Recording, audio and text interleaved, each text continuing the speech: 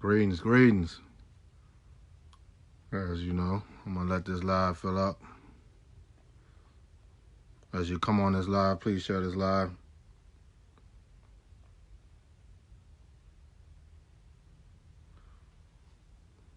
Greetings, greetings, sister, greetings.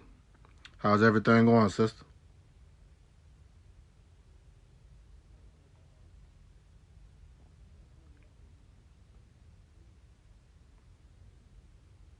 And let me share this live real quick. As y'all coming on this live, please share it.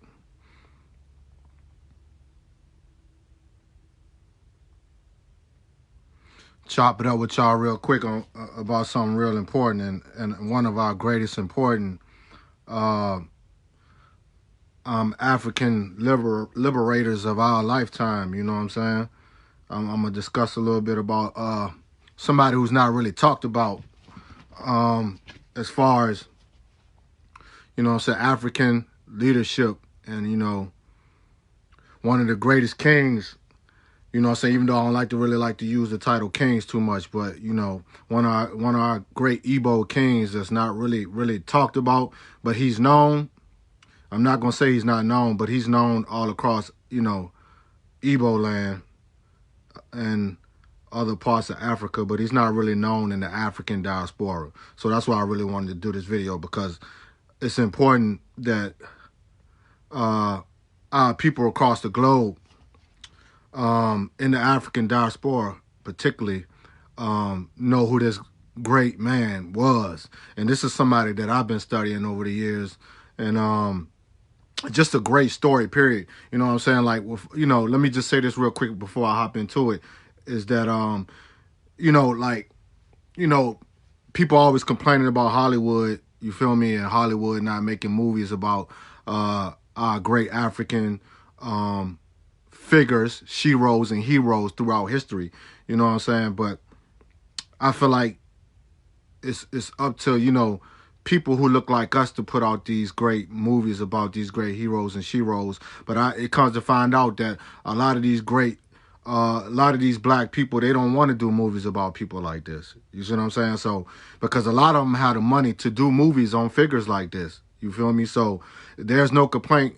You know, it should be no complaining about what the white man is doing to restrict, you know what I'm saying, movies being made about people that should be made about. You feel me? And this great leader right here, man, this great figure in history of time should definitely be mentioned up there with the greats. If not one of the top 5 greatest of all time. But his story just not known in the African history and African diaspora. You feel me? Especially the African diaspora. I don't really know about the educational system on the continent of Africa, but I know about the educational system in the diaspora. And this great man is not known amongst many of my people over here, amongst New Africans and Africans in the African diaspora. This is just pure facts. And I really wanted to do this video because I feel like we're heading into a new decade. So I figured that he's a great person to, like, use as an example on what I want to talk about as we head into a new decade. And what I'm talking about is popularizing nationalism.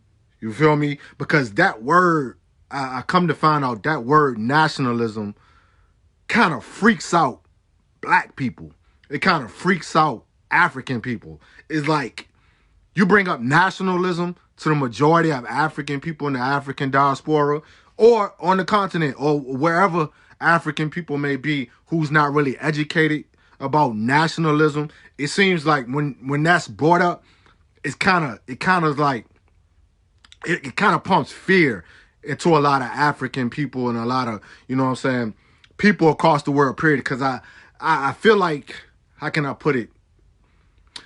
You know, due to Europeans and their propaganda and how they control history and how they control educational systems and how they try to control what's being put out to the world, I feel like that has a lot to do with it also. That, you know, when you bring up nationalism or you bring up nationhood or you bring up separatism, it's seen as this most horrific, evil thing to African black people. It's like, and Europeans paint it, and, you know, and they show it as something that African people shouldn't embrace.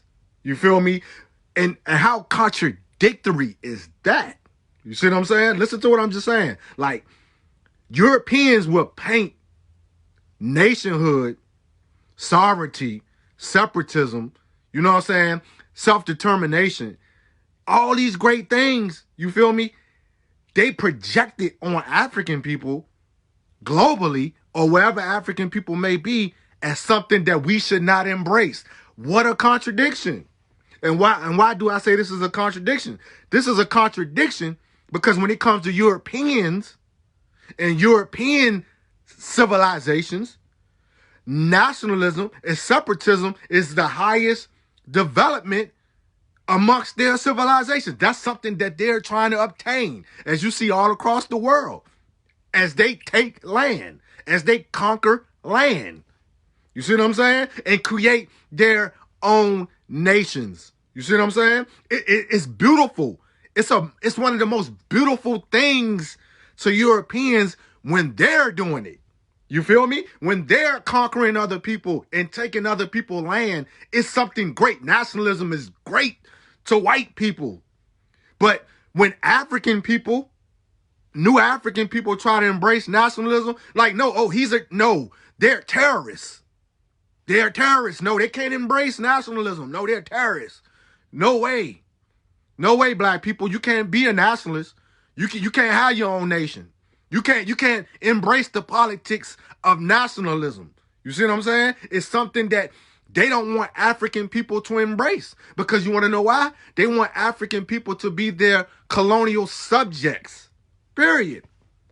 You see what I'm saying? The main reason that Africans were brought to America, to the diaspora, was to be colonial subjects, laborers. You feel me? Never to obtain what Europeans are obtaining. You see what I'm saying? And the two of the biggest contradictory European nations of all time is the United States of America and Britain. The brothers. The two brother countries. You see what I'm saying? The two biggest contradictions on this face of this earth is the British and the United States of America. Period. And let me start this live off by just saying, let me give all praises and thanks to the Father, the Abba, Saladin Shakur. Free all political prisoners and prisoners of war. Free all new African political prisoners of war, and free all African political prisoners worldwide that's fighting for what I'm talking about here today, which is nationalism. 2020 is coming. You feel me? And I feel like 2020 is a major pivoted time for African people seeking true liberation. Why? Because we have too many reformist, reactionary, black folks in groups, organizations who are so-called controlling the whole, how can I put it? That's controlling the whole political, social, economic realm of African people, especially in the United States of America. It's time to change that. We have to overthrow that. We have to get to the point where we have to show African people that, no, the only way you're going to get true freedom is through nationalism. Having your own land, your own nation, period. Because I feel like this part of our history and struggle is something that's not really being projected in mainstream. And we know it's not meant to be projected in the mainstream because we know European media wants to keep that type of thing suppressed. Sell out Negroes who fell for like the American dream or the European dream and who want to just fit in with Europeans also are suppressing and repressing this mission for Africans and oppressed Africans across the world to seek nationhood, nationalism. You feel me? So 2020, I feel like this has to be at the highest development of mobilizing and organizing African freedom-loving people, is that we have to start teaching our kids about nationalism and all the great nationalists that has ever came across us in this period of time in history, period. Like I told my Igbo brother earlier, and this was one of the truest sayings ever, is that history, because a lot of people don't like to talk about history. History is the clock. Trust me when I tell you, this is what John Henry Clark stated so elegantly, is that history is our time clock. You see what I'm saying? History is our time clock to free our future. Facts. You see what I'm saying? Without the history clock of our history and knowing who we are, we cannot liberate our future. Facts. So this is why I'm always expressing history. We must study our history. Without our history, we will continue to be colonial subjects and enslaved by Europeans and European imperialism and European colonialism forever. Do you want your kids to continue to be enslaved by a system that doesn't benefit them at all, which is global European imperialism? Your future generations will never be free until we free ourselves. Period. And what's the main thing that you must control in order to have true freedom? What do we have to take control of to gain true freedom, man? And it's very simple. It's very, very simple, man. Is that it all starts with resources. And that's why I'm talking about this great King JaJa today of Opobo. I must emphasize this great man that's not being talked about, because he did what we need to do. Even though he did it for like over 18 years. It was a strong 18 years that King JaJa did the right thing and set the right example for future African people who are seeking to liberate themselves. Is when he brought into existence the settlement city-state in Igbo land, the great city of Opobo. Period. A great example. And the greatest example of that being established is controlling the resources, people. We must control the resources, because the resources in return is what determines our lives, man. When it comes to labor, health, education, economics, legislation, and the most important thing of it all, military. Because without a military, you can't protect what you're trying to seek, because you know European imperialism is coming. It is coming to destroy what you create, and it's coming to take what you establish. Period. The same way they did this great king, JaJa of Opobo. Facts. Period. And this king must be studied, because he's a true example of African nationalism, an African nationalist. He did it, people. And then the British assassinated the great King JaJa of Opobo. They assassinated this great leader. Could you imagine if King JaJa was never exiled? And I'm going to get into all that in a few seconds. Imagine if King JaJa was never exiled. You feel me? He was double-crossed, traded on. You see what I'm saying? And then assassinated by the British Empire, because King JaJa of Opobo was the most dangerous African in that time period, on how he controlled the trade market in southeastern Igbo land.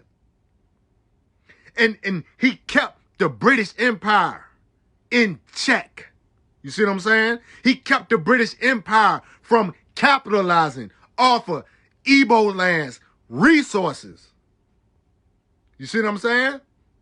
This is what you must understand. We must control resources to establish economic infrastructures that will benefit New African people, BIAFRAN people today, man.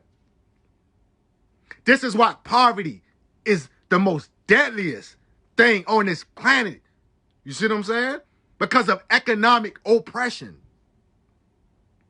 Controlling the resources, people. African people don't control the resources in their lands. You see what I'm saying? And if African people can't control the resources of the land, then Africans in the diaspora can never, ever be liberated. Facts. You see what I'm saying? Because the Europeans are controlling the resources on the continent. Imagine new Africans or Africans in the diaspora or whatever you identify with. Imagine if you had no middleman. You cut out the white man. Imagine you had no middleman and you had direct access to the resources on the continent, the oldest continent on the planet, that you have birthrights to, you have birthrights to these resources, African brothers and sisters in the diaspora. Imagine if you had access to these resources. Imagine if you had access to the land on the oldest continent on this planet, which is Africa. This is why the Biafran struggle is the most important struggle in our times in the 21st century right now. Biafran land has to be liberated. Biafran land is enriched with minerals, resources that Africans in the diaspora need to liberate themselves, to become independent African nationals, African national people, man. Period. This is why King JaJa kept the British in check, because he's seen he was a very smart man. And I don't even, like, the purpose of it, I'm not even going to talk about King JaJa's millionaire status. Yes, King JaJa, along with Mansa Musa and people of those times from West Africa, yes, King JaJa was one of the richest men on earth at the time. But that's not how he lived morally. That's not how he lived principally. When he created the great city-state of Opobo, that's not how he lived. He didn't live like a millionaire. You feel me? And let me just show you a picture of the great king right now. Let me show you a great picture of the king. That's King JaJa of Opobo right there. You feasting your eyes on one of the greatest African nationalists in history. Look at that great man. That's not talked about at all in the African diaspora. The great King JaJa Opobo. Let me show y'all one more picture of him before I get into this topic. Or, breaking down his life real quick. And if you don't know who King JaJa is of Opobo, I suggest you research the great king of Opobo and teach him to your kids and teach your kids about nationalism. And that's what we're striving for, self-determination, no matter where Africans be on this globe. Our goals are nationalism, nationhood, sovereignty. That is the only struggle. See, a lot of people get this shit twisted. The only struggle for any African people on this planet is for nationhood, to have your own country, your own nation and state, your own government, to govern yourselves. Because the Europeans have never governed us to the point that it benefited us. The European puppets on the African continent, the black Negro sellouts like Muhammad Buhari and all these neo-colonialist African leaders on the planet has never did anything to benefit African people. No, they did it to benefit themselves and to enrich themselves. They did not put the people first, like the great King JaJa of Opobo, who is the greatest example of how you self-govern your people and take care of your people. Period. There was never, in this man's story, and not saying that he was perfect. Let's get that clear. We're not saying King JaJa was perfect, but from what the history states and the research state is that his city-state, his nation of Opobo, was one of the closest to perfection in African history. That's a known fact. Even the Europeans stated this, that that's why they wanted the city of Opobo so bad. Is that they had to conquer Opobo because Opobo was enriched with the palm oil, and the oil period of that time period. You see what I'm saying? So they had to conquer Opobo. When they conquered Opobo, they knew they had Africa. Period. They knew they had Africa. I'm just trying to find this one more picture, y'all, before I get into it, because I want to show y'all the great Opobo, the great king of Opobo.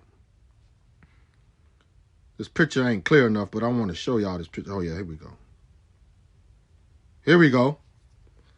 Here we go. King JaJa with the Igbo red cap. King JaJa. This is like one of my favorite pictures of him that was painted in the art. Look at that great Igbo. Look at that great Igbo nationalist, man. Look at that great BIAFRA nationalist right there, man. Of Opobo. One of the greatest nationalists in history. You looking at him right here, man. And what makes him the greatest nationalist of that time period is the fact that he put up, and this is the key thing you got to understand, what makes a great leader and a great nationalist leader is the fact, stiff resistance against European imperialism and European colonialism. You feel me? This is what makes King JaJa is someone we must study, somebody we must continue to venerate in history, and especially in the African diaspora. All my brothers and sisters in the African diaspora in the United States of America, I'm going to need you to write that name down and research this great ancestor. This is an ancestor that you should be calling in prayer. When you venerating your great ancestors in history, we must venerate King JaJa because he put up stiff resistance against the British Empire.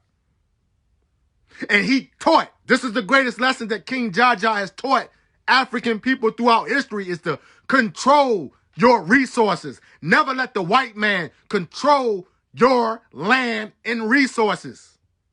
And he also showed you to keep the white man out of your inner lands, the hinterlands. Keep him away from your resources.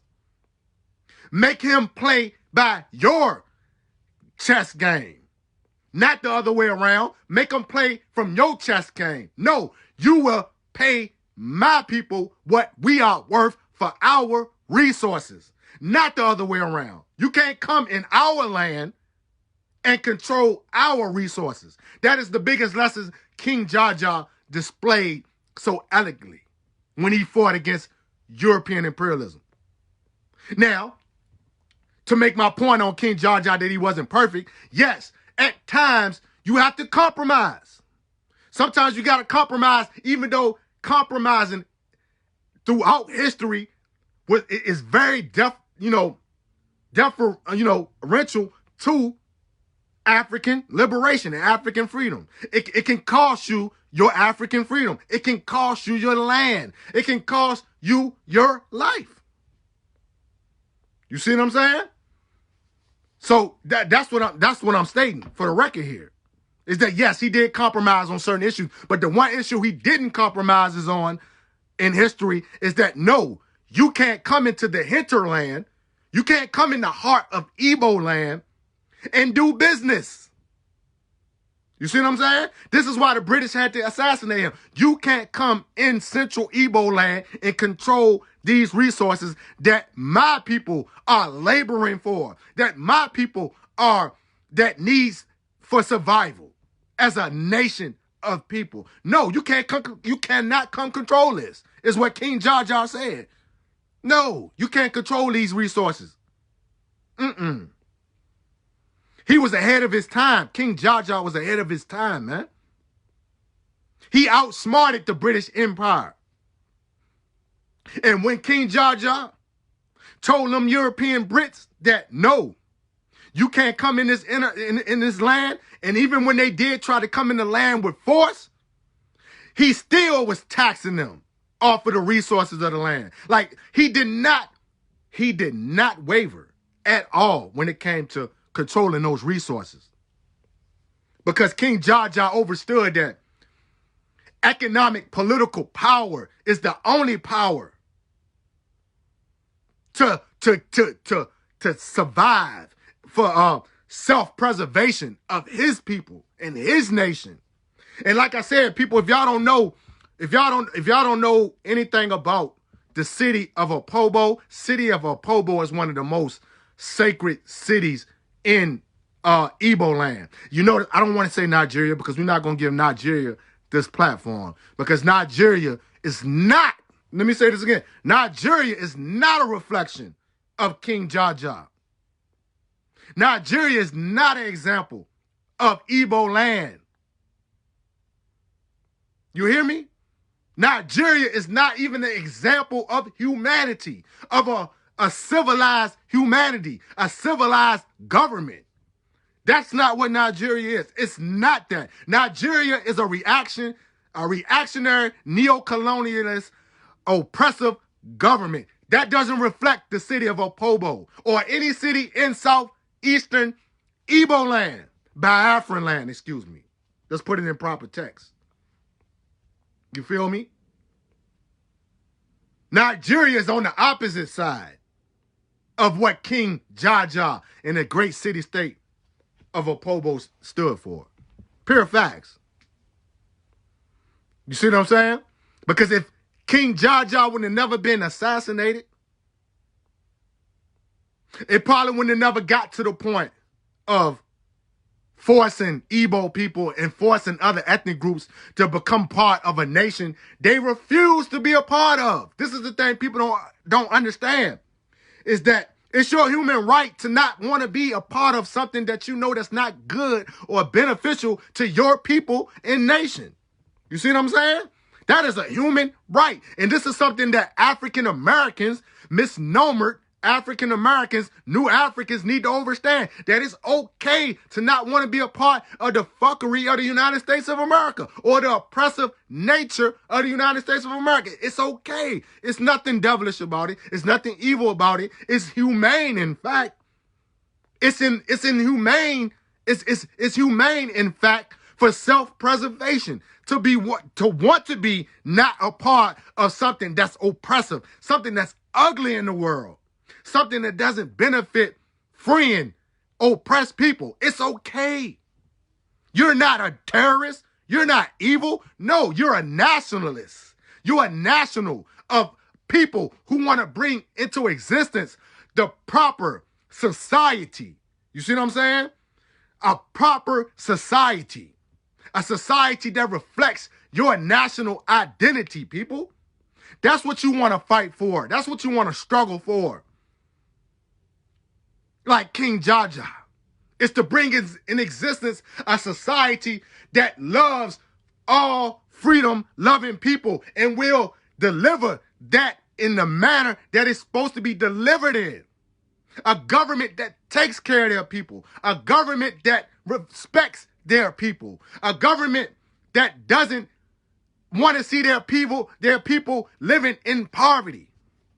You see what I'm saying?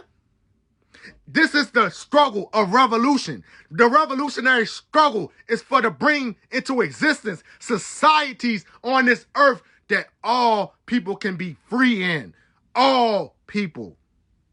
You feel me? This is what revolution is about. Changing societies, people. Scientifically. Changing societies to bring in new societies that is beneficial to the people, the indigenous people of these lands, which is African people. African people are indigenous people. We are indigenous by birthright. We are indigenous by our African ancestry in the African continent. We are the indigenous people of the world. African people. Don't ever get that confused, black people. Black people, when you hear people say indigenous, you are indigenous. You see what I'm saying? Even the Native Indians, the Native Americans in North America, they know that you're indigenous. Black people are indigenous to every lands on this planet. But specifically the African continent, the oldest continent on this planet. Of human life, human development, human societies, human civilization. You feel me? We're indigenous peoples. And this is why the indigenous peoples of BIAFRA is fighting for the global African family. And we must support them.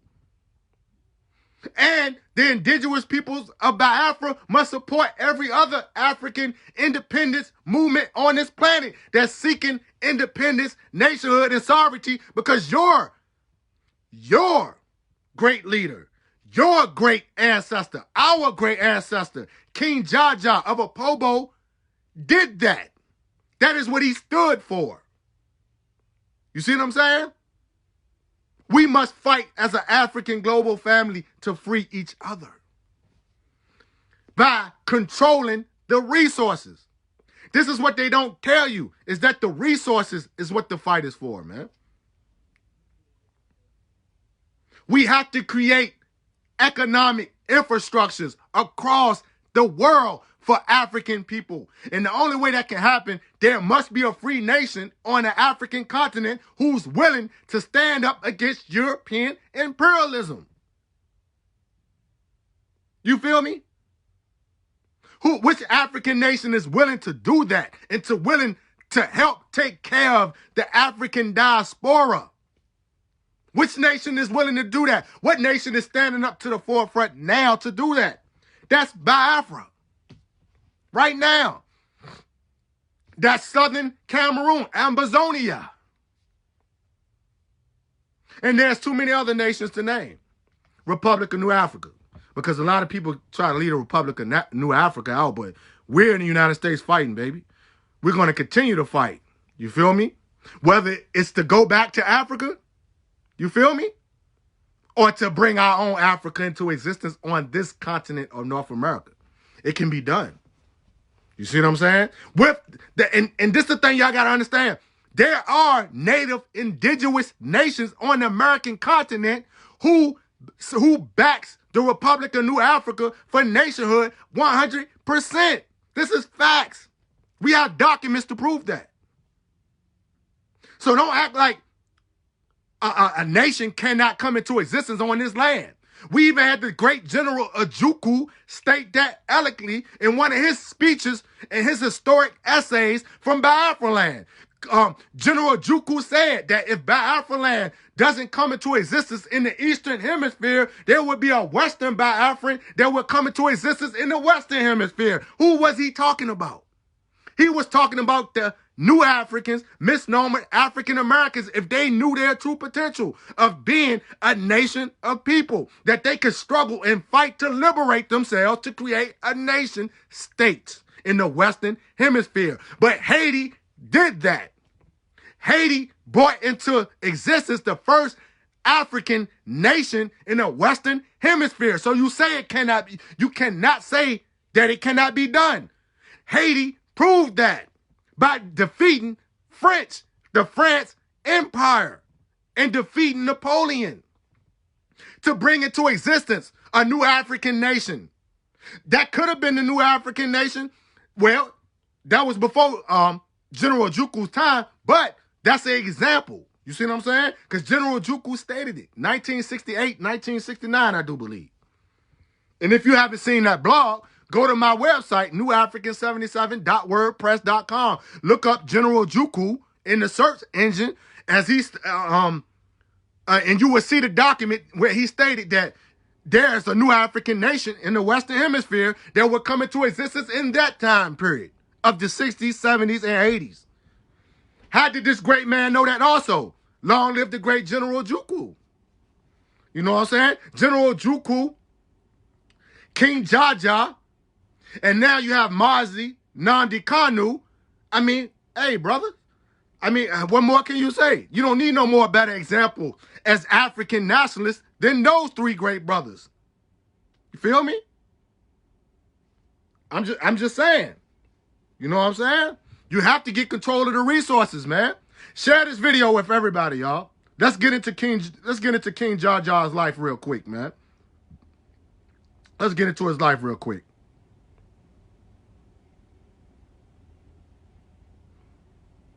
King JaJa was born in 1821 in Ibo land in southeastern Nigeria. For those who want to know where exactly King JaJa was from. This is something you also have to learn that makes King JaJa so significant and great as an African nationalist and a great African hero in our history of African freedom fighters is the fact that King JaJa was captured. See, there's a lot of misconceptions of his story. There's the revisionist, colonial, European history on King JaJa, which I'm not even really going to get into that because that's a bunch of lies and gibberish. So I'm not even going to get into that. The facts is, at 12 years old, King JaJa was captured by his father's enemies and sold into slavery at the age of 12. So here we go with another story of another great African ancestor who was captured by his enemies, sold into slavery. And a lot of Africans, Americans, and new Africans across the world can identify with this, is that here's a story of another African being captured on the continent and sold to his enemies. JaJa was captured and sold to his enemies at the age of 12 years old. So here's a real true story of coming from the bottom and rising to the top. He literally came from nothing. Like all African freedom fighters, they come from the bottom of the bottom, the lowest of the low, in which we call the proletariat, the lumpen proletariat, or the lumpen, meaning the low of the low. You see what I'm saying? Of conditions, scientific conditions that they deem that no man can come from, or no woman can come from, or rise up out of. That's what slavery represents. Slavery is the lowest of the low in class struggle, class warfare, people. Slavery is the bottom. It's the lowest of the low. So for you to come from that makes you a great man, a great woman to rise out of those social conditions. And not to become of your conditions. Because this is the thing you gotta understand about a lot of African leaders, man. A lot of African leaders, or black leaders, period, they will come from the struggle, right? They will come from the most horrific conditions in history. But a lot of them don't develop that morally principled mind to understand that it's not about the riches. It's not about living lavish. It's about taking care of your people and liberating your people out of the most inhumane, impoverished conditions. That's a rare African mind, man, these days. In a history period, or in human history period, for a person to come out those type of conditions, to look back at his people and like, look here, I gotta liberate my people out of poverty. Cause see that, and the thing that a lot of these African leaders do is that they forget about where they come from. They forget about where they come from. So when they get to the ladder, once they get up on the highest ladder of classism, they look back at their people as not their own people. They look down on their people. So it's rare for a person to come from those inhumane conditions of being a slave and being impoverished to finally get to that level where, you know what I'm saying, he can liberate his mind out of poverty. To look back and look like, yo, I got to help my people, man. I got to free my people. I got to bring in the best society that benefits my people. I have to do that. That's a moral principle obligation. That is rare. That is rare. You feel me? In these times. So I'm just setting up that narrative to show you, like, this is what King JaJa came from. He came from slavery to create an independent state in Igbo land, man. Think about that. That's enough to inspire any African, no matter where you live on the planet, is that this man went from a slave to one of the greatest African nationalists to ever live, man. And created his own independent city-state when it wasn't cool to do so. You feel me? So, this is what happened. He was sold into slavery. And this is something y'all got to understand, is that in Igbo land, and this is the best way I can explain it, in Igbo land, in those time periods of the 1880s and the 1800s, well, I'm going to just set it up from like the 1820s to the 1880s and beyond, is that they had what they had in Igbo land is what they call houses and royal houses. And what houses and royal houses were simply houses that were trading centers. They were trading places. You feel me? Where most of the trade was conducted and where most of the labor and the work was conducted was under the houses, royal houses of certain chiefs in Igbo land in this time period. So you can get an understanding what they mean by houses. Houses are just trading centers and trading places controlled by those chiefs of those specific royal houses. So when he was sold into slavery, he was later sold to a chief by the name of Chief Al-Alai in Opobo, the Annie-Pepple Royal House. You have to understand that. Because the Annie-Pepple Royal House was the royal houses in the city kingdom of Bonny. There's a city and kingdom of that time period called Bonny. Bonny was the what you would call how can I put it? Bonny was the central kingdom of that time period when JaJa was a kid and as he grew as an adult. Bonny was the trading land of that time period in southeastern Igbo land. Bonny. So at an early age, King JaJa extinguished and developed great entrepreneurial skills as he worked as a slave. Something that you have to understand. That even though you're in slavery, you gotta always understand that your mind is not enslaved. So think about it. And then we gotta look at it from this point of view also, is that you have to understand this social dynamic, is that African slavery, a lot of people are totally diseducated about African slavery. African slavery was not the European Arab slavery that you have come to know throughout history. Not letting off the hook, not saying all African royal, you know what I'm saying, people that had slaves treated their slaves that great. But their slavery was not the slavery of the European, even though no slavery is good. Let's get that straight. No slavery is good. None. Somebody owning another human being is not good. I'm not making no excuse for that. We're anti all that. We're anti-slavery. But you got to understand the science. You got to understand the social dynamic of African slavery and European slavery and Arab slavery.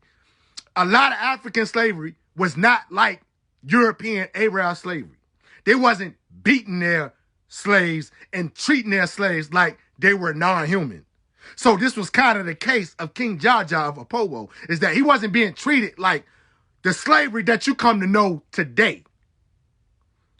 He could work off his, he can work his way out of slavery. It's something that you had to understand about African slavery, is that you had the accessibility to work yourself out of slavery and become something that's beneficial to yourself and your people. It wasn't a slavery that kept you inhumane your whole life. That's the difference. Even though, like I'm saying, I'm not here co-signing slavery. No slavery is good. But you got to understand that because Europeans are quick to indoctrinate your mind to be like, oh, them Africans had you enslaved. Them Africans treated you like slaves. The Africans traded you to America. The Africans traded you to the African diaspora. Those Africans don't care about you. You see what I'm saying? But you got to understand the social dynamic of African slavery. It's not like European slavery. It wasn't like Arab, tyrannical slavery. That's something you got to understand, people. It's not the same thing when you're talking about this. This is pure facts. Because these Africans a lot of these Africans that was enslaved on the continent, they got to live great lives, people. You might not understand that, but a lot of them got to live great, well lives and actually started their own. Just like the great King JaJa. He got to the point where he could establish his own, even though his own came through a radical way of gaining his own, which was through revolution. You see what I'm saying? Moving right along. And speaking of that, coming up to this time period, you know, in this time period, it was another royal house called the Manila Pepper House that was led by this other chief by the name of Oko Jumbo.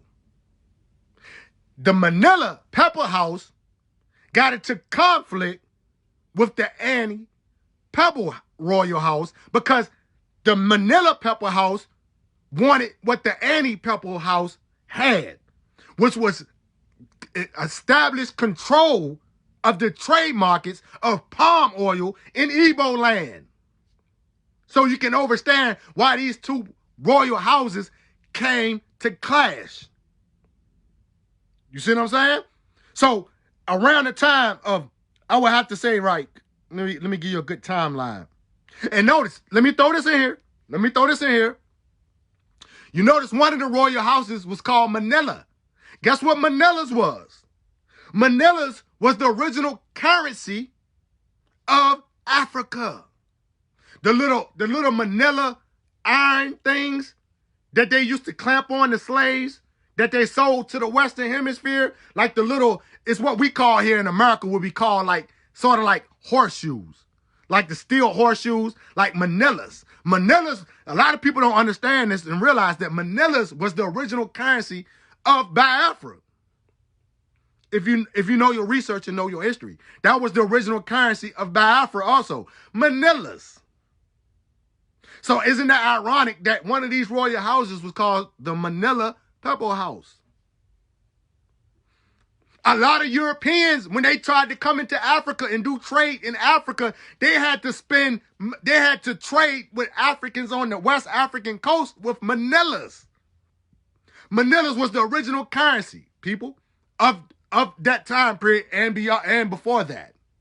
And then what we know as cowrie shells.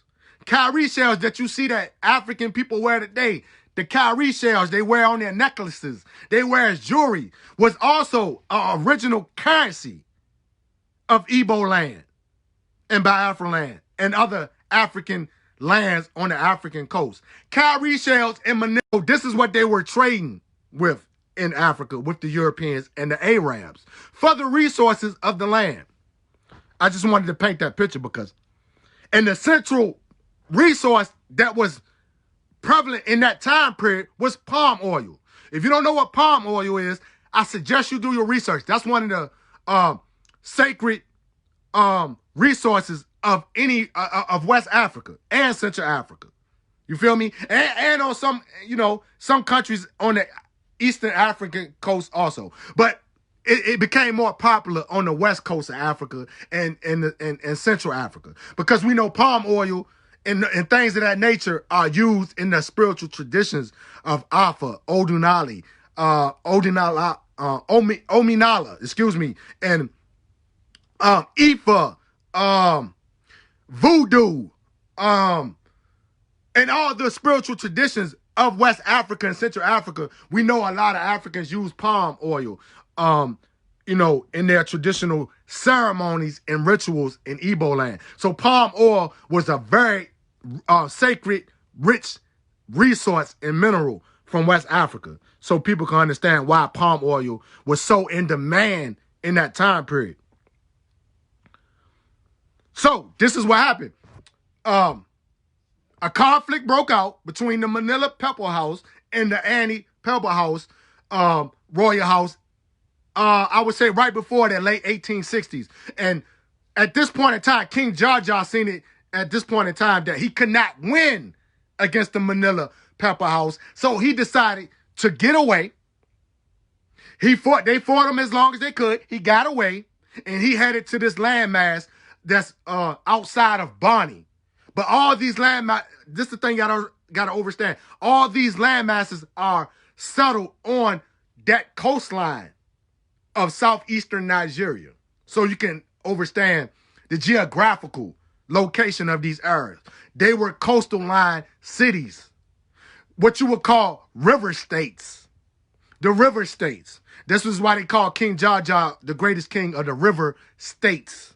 You see what I'm saying? Because the trading coastline of southeastern Nigeria is one of the most strategical areas to be in to capitalize off your trade and resources and things of that nature. This is why the European British and all the European imperialists wanted that coastline so they can get control of the trade of the coastline of southeastern Nigeria. This is why I keep trying to tell people, like, y'all don't understand that Igbo land, Biafra land is what's fueling Nigeria. If it wasn't no southeastern Nigeria, there would not be no Nigeria. This is facts, people. Just like the United States. Just like the United States. If it wasn't for Africa, listen to what I'm saying to you. If it wasn't for no Africa, there would not be no United States, people. If it wasn't for Africa, there would not be no British Empire. This is something you got to understand, people. All this greatness that y'all so-called see of the United States of America and Britain and all these European imperialist countries, they are nothing without Africa. This is why we have to take Africa back.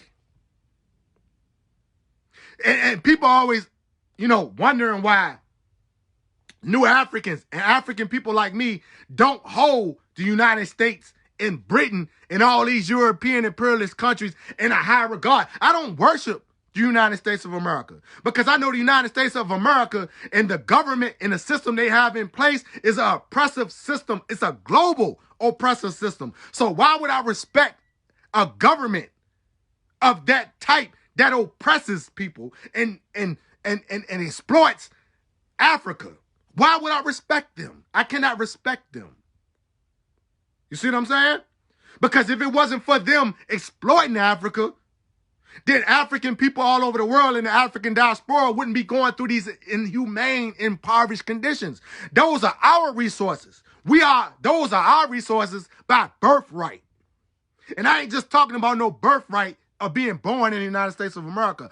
I'm talking about the birthright of being born African and being of African descent. We are entitled to the resources of our mother. Our mother is Africa. Those are our resources, not the white man's resources or the white woman resources. Those are black, global, African people's resources. It's ours by birthright, people. And it's our duty as a birthright to fight for that land, to fight for those resources. Period. And this is why when we head into 2020, this is why I'm trying to put so much emphasis on nationalism. We have to nationalize our struggle. We must internationalize our struggles in order to retake back what's ours, which is the resources, people. And to bring it to existence the societies that benefit and to be the example of other societies that would want to be like us as African people. You see what I'm saying? A total sovereign societies that takes care of their people is what you should be fighting for. Period.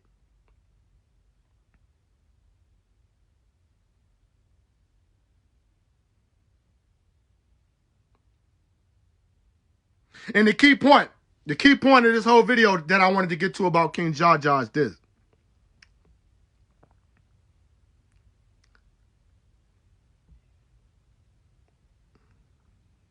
You have to understand this point about King JaJa's life right here. It's the fact that once King JaJa brought into existence the great city-state of Opobo is this, people. For over 18 years, this city-state was independent of European colonialism and European imperialism. King JaJa ran this city-state for so long and controlled the resources for so long that the British Empire started to become the snakes and vampires that we know they are. They wanted these resources so bad that this is the period that you got to understand. And I always tell African people you must study. You must study the 1884 Berlin Conference. And the only reason why I'm bringing this up, because this is what became as the downfall for our great brother and ancestor King JaJa of Opobo, is the fact that 1884 is the Berlin Conference of European nations. European nations got together. France, Britain, Germany, every goddamn European nation that you see today got together in Berlin. And guess what they did at that conference, people? They all came together and sat at the table to come up with a strategy to carve out pieces of land of Africa that these European nations would own. This is the most important period that you have to study, is when they colonized Africa, when they cut Africa up in halves.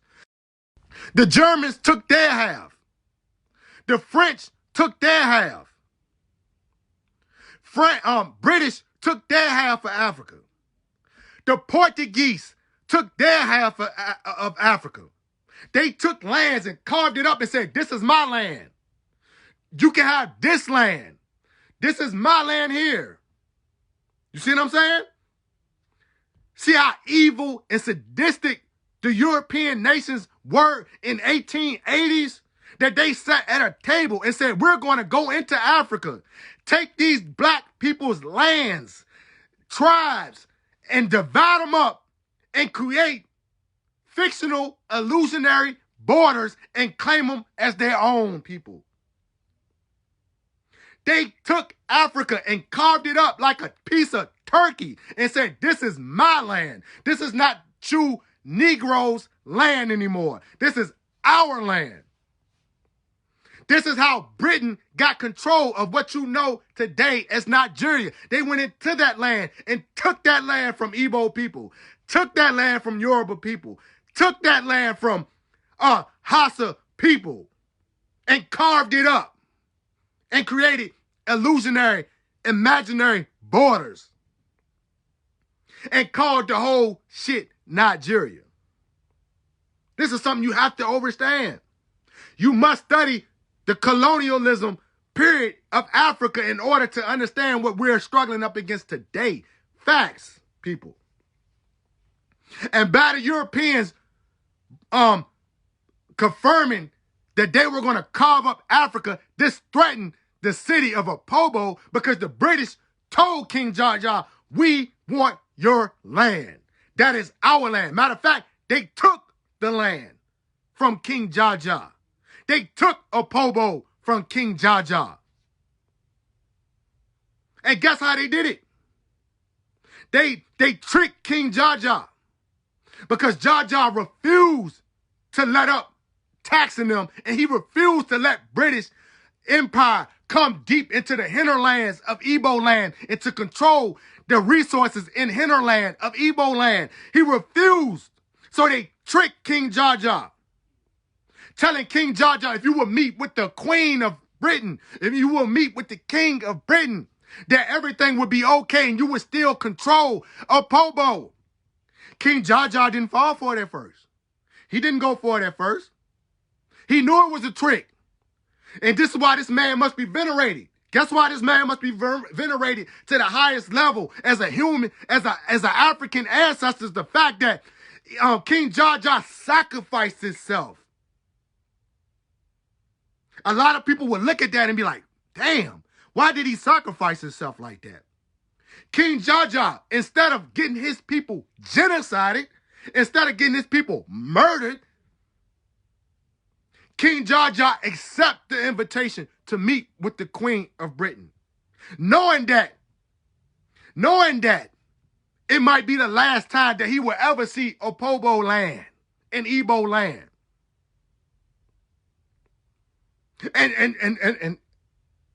And so as he thought, the betrayal happened. They got King JaJa on the ship, headed towards, and this the key thing. Hold on before I get to that point. Before I get to that point of him being captured, you have to understand, King JaJa was one of the first African nationalists to control the sale, to control the resources of palm oil, right? That he cut, and this is the reason why they killed King JaJa. He cut out the empire of Britain by selling his palm oil straight to Liverpool, Britain. He was selling his palm oil straight to Liverpool, one of the main cities in Britain, by cutting out the British Empire. He said, I'm not messing with you, British Empire. I'm not going through the British Empire to sell my resources and my product to the people of Liverpool. That enraged the British Empire. The British Empire and the Royal British Empire became enraged that King JaJa was making so much money off of selling direct to Liverpool that they told King JaJa that we're coming to invade Opobo and we're coming to take your land. You must meet with us. And King JaJa still was taxing the British Empire. One of the first to ever do it. This man was selling palm oil straight to Liverpool. No middleman. That is what you call a hustler, an entrepreneur, to take care of his people. He said no middleman. And this is the mind state that African people have to go into as being nationalist people going into a new decade. 2020 is that we must cut out the middleman. That is the lesson of King JaJa's life. Cut out the middleman. Control your resources, African people. It ain't that hard to even fathom. You must understand this reality scientifically. You must cut out the white man. You must cut out the European nations. You must cut out the European empires. You must control your resources. You must cut the white man out. Period. And his Negro puppets have to be cut out. You must get rid of the European empires and you must get rid of his Negro puppets. His black puppets that he uses to continue to colonize Africa and colonize people in the African diaspora. It must be cut out. The middleman has to be cut out. So here comes King JaJa stating that, and he kind of knows that he's about to be betrayed by the British Empire. So he accepts the invitation. He gets on the ship. He heads to Britain, thinking that he's about to go meet with the Queen in the British Empire so we can come to some kind of agreement and that he can keep control of the nation state that he brought into existence. He was double-crossed. He was captured on the ship. And when he was captured on the ship, they sent him into exile. And let me get the island that he was exiled to. I gotta put that part of the story in here. What part of the island was he, where was he exiled to?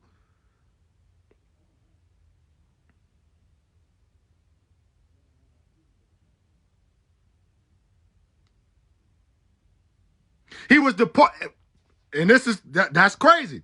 He was deported to the islands of the West Indies and the St. Vincent Islands. So he was deported and exiled into the Western Hemisphere. How ironic is that? How ironic is that? This great Igbo king was exiled into the Western Hemisphere, to the West Indies Islands, to St. Vincent, where he would lay and where he would be for several years in exile. And then the British Empire conquered Opobo, and they conquered southeastern Nigeria, and they conquered Igbo land. And you wonder what Biafrans are fighting for? They're fighting for their birthrights and their land and their nation that the British Empire took from them. That is Biafra's land. That is Igbo people's land, not the British Empire. Not Nigeria. Nigeria don't own that land. That is Igbo's people's land. And it's their human right and their human rights to self-determination to take back that land, called Biafra. You feel me? Y'all got me going in today. I'm going in today. Because we got to understand that the British Empire assassinated this great Igbo Biafran king, man. Sooner or later, King JaJa would negotiate. And this is how savage that the British Empire and Europeans are, that King JaJa negotiated to go back to the city of Opobo. And when they finally said that he can go back to the city of Opobo, they poisoned his tea. They put poison in his tea. And they killed King JaJa as he was on his way back to Opobo land, which he would never ever see again in his lifeline, in his life. He died on the way back to the city of Opobo. Low down, dirty European Brits murdered King JaJa because they knew if King JaJa would have went back to Opobo, he would have came up with a strategy and a plan to take back the city of Opobo and its resources and take back Igbo land from the British Empire. Biafra is embedded in the story of King JaJa. Opobo is embedded in the central struggle of taking back Biafra, man. The city of Opobo is an example and a model for all Africans living in the African diaspora that we must take back the land. The struggle is for land. It's an exact science. This is something that's not hard to fathom. The exact science and struggle of African people is to take back the land. The struggle is to free the land. African people, no matter where you at, if you're fighting inside the United States, if you're fighting inside England, if you're fighting inside the Caribbean islands, if you're fighting in South America, if you're fighting in Australia, if you're fighting in Asia, no matter where you at, Biafran, African people, new African people, nobody, wherever you at on this globe, your main objective struggle, an exact science struggle, is to free the land. This is why New Africans say, free the land. This is why the Republic of New Africa says, free the land. That is our own struggle. It's an exact science to free the land, because the land will liberate the people. The resources will liberate the people when it's controlled by the right, righteous people. It's an exact science to free the land. You must free the land. There is no other struggle, people. People out here fighting over dumb stuff. You're fighting over ignorant stuff. You're spending your money on ignorant stuff. You must buy land. You must control land. Land is the ultimate liberation of a free people. You must free the land, man. And you know, we must, going into 2020, we're going into a whole nother decade, people. We must make nationalism popular. We must make nationalism hip to all Africans who are not conscious of this struggle. We must make nationalism popular. We must propagandize nationalism. We must make nationalism look good to African black people wherever they are struggling. Nationalism is not evil. Nationalism is the goal. Nationhood is the goal. Because without your own nation, people, without your own nation and land, how can you say you are free? That's not exact science. That is a conflicting dialectical opposite of the exact science. If you don't have land and a nationhood and a government of your own, how can you say you're free? And this is the hardest thing that African Americans, misnomered African Americans, new Africans cannot get. They accept their oppression so well that they don't understand that the white man's government is not your true government. That's not your government. The United States government is not black people's government. How are you free when a white man is governing you? How is that? The same people who enslaved your ancestors and brought your ancestors here are still governing your people today. So how is that freedom? I don't understand how African Americans can't get this simple science. How are you free? You're not free. You are not free until you have your own government and your own land. Period. How hard is that to get, African people? I just don't get it, man. I just don't get it.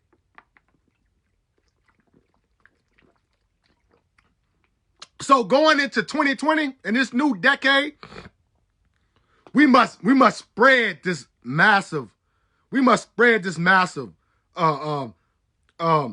ideology and practice of nationalism. It must be, man. The human rights struggle and the struggle for independence is what Malcolm X died for, man. And so many people don't seem to get that, man. Malcolm X died for independence for African people, man. Malcolm X died for us to get that in our minds that you must fight for independence. You must fight for self-determination. You must fight to control your resources. You must fight to control your communities. You must fight to liberate your communities. You must, by any means necessary. You must. There is no other struggle. People keep on asking, people keep getting confused, like, what are we struggling for? Man, we're struggling for land. We're struggling for independence. What are you talking about, brother? What are you talking about, sister? We're not fighting to fit into something that's not beneficial to our people. Fighting into a oppressive government, a seat at the table of an oppressive government is not the goal. We're not even fighting, and this is the number one thing that you got to understand. We're not fighting to take over the oppressive government that we're living under. We don't want it. We don't want the United States government. You should not want the Nigerian government.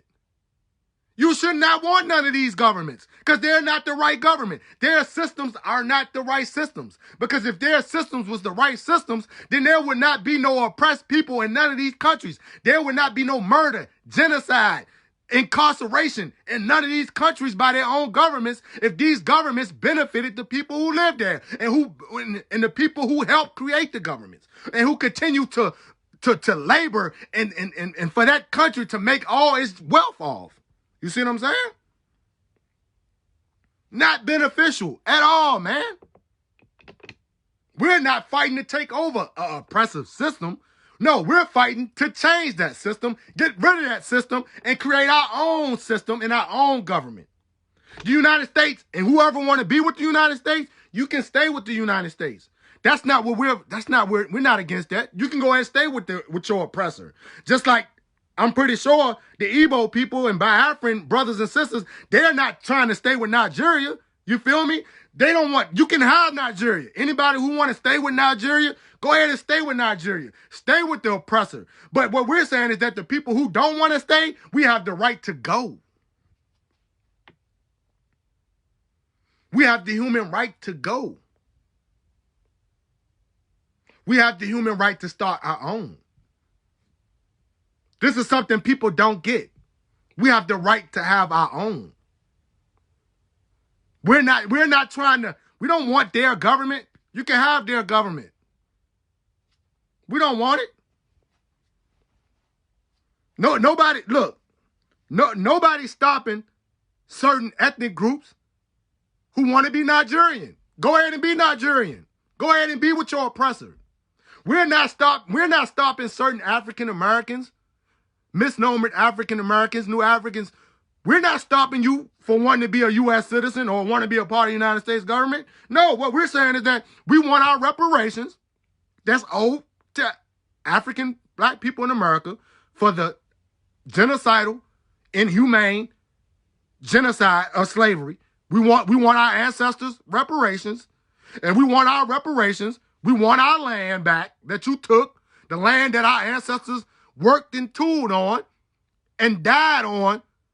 There was some of their land that they actually bought, and the land that you promised to us from the General T. Sherman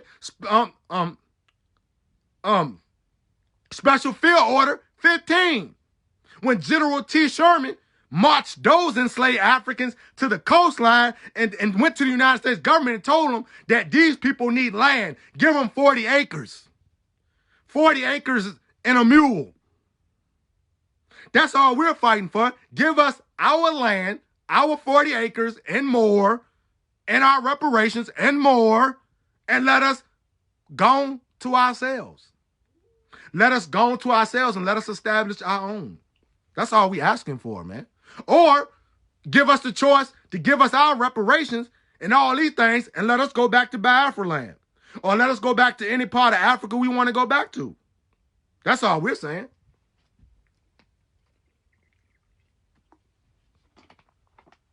So this is not hard, people. This is not hard. So we're going to have to get into the business of educating the uneducated about true liberation education. This is what we got to do in 2020, people. We got to make African people stop falling for the propaganda of not wanting to be nationalists. You're already nationalist by birth. You're nationalist by nature. African people are nationalists by nature. We came into existence as nationalists because we always been nationalists and communal African people.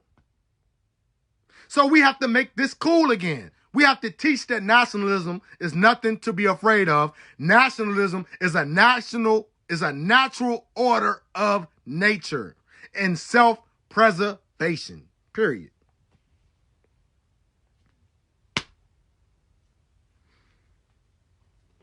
Period.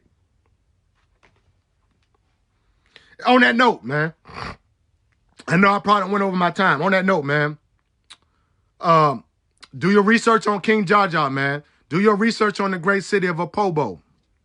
And put that into your educational tools and your educational programs. We must teach about King JaJa and his plight and his struggle, his life. We must continue to venerate this great ancestor and use this ancestor as a direction, as a directional tool on our map to liberation. King JaJa, the great leader, nationalist, politician, freedom fighter, agriculturalist of Igbo land.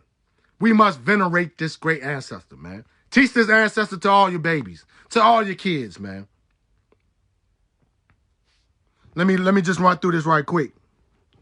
Shout out to everybody. Shout out to all my BIAFRA brothers and sisters, man. Shout out to everybody that tuned in. I see all y'all comments. I'm scrolling through real quick. I'm going to check out all y'all comments when I hop off this live because I know y'all been, I seen y'all been chiming in. Don't think I ain't see y'all chiming in, man. Like I said, this is the beginning I'm going to be dropping videos. I'm going to be dropping lives. I'm going to try to do at least 3 lives a month or at least 2 lives a month.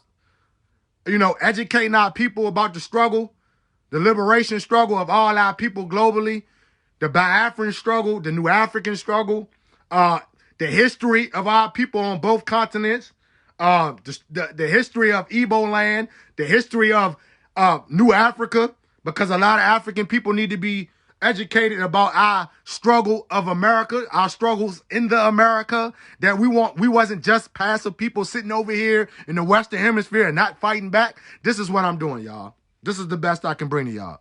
And this is what I'm going to continue to do, man. I'm going to hop off this live now and get back to work. You feel me? Get back to work. I love you too, man. One love to you all, man. One love to my all my African brothers and sisters from all ethnic groups, all tribes, all nations of African people who love freedom, who love liberation, man. I love you all, man. I love everybody who inboxes me. Thank you for the inboxes. I try to answer every inbox that you send me, and I'm going to continue to answer every inbox you sent me, man. Let's continue to help bring African Americans, New Africans, and Biafran people together. That is our duty. That's our job, to bring African people together globally as one family and free our people, man. Simple as that. And also, before I hop off here, man, if you're following my main page, because you also know I have a main page under the same name, Haki Kweli Shakur, I need to know if y'all seeing my post from my main page. If you're friends with me on my main page, I need to be let known that you can see my posts coming down your news feed, because over the last 2 weeks, I've been getting inboxes. I'm getting people that's telling me they're not seeing my posts no more. My posts ain't showing up on their timeline in like 2 weeks. Man, we all know Facebook don't like truth. We know the people who own Facebook don't like truth. So my page, my main page, is being censored because I don't even get to like converse with my African brothers and sisters across the world no more like I used to, because they're censoring my page and censoring my posts off of your news feed. So if you're following my main page, Haki Kweli Shakur, you're going to have to go to your settings and change the settings to so you can make my posts be seen on your timeline, so you can see my posts coming down your timeline. Because I don't know, in the last 2 weeks, my post is not showing up on certain people's timeline. I'm not even seeing my Biafran brothers and sisters, you know, engage on my posts on my main page no more. So I know Facebook is censoring my posts. They're trying to block my posts, so y'all won't see my posts. So I'm going to need y'all help to help get my timeline, my posts back on the main timeline so you can see my posts. You're going to have to go to my page or go to the privacy setting or go to the settings on your settings and change it so that you can see Haki Kweli Shakur's posts come up your timeline. It's not my fault. All right, I'm going to hop off now, man. Free the land, free the people, and free the mind. Free Biafra, free New Africa. By any means necessary. Ise.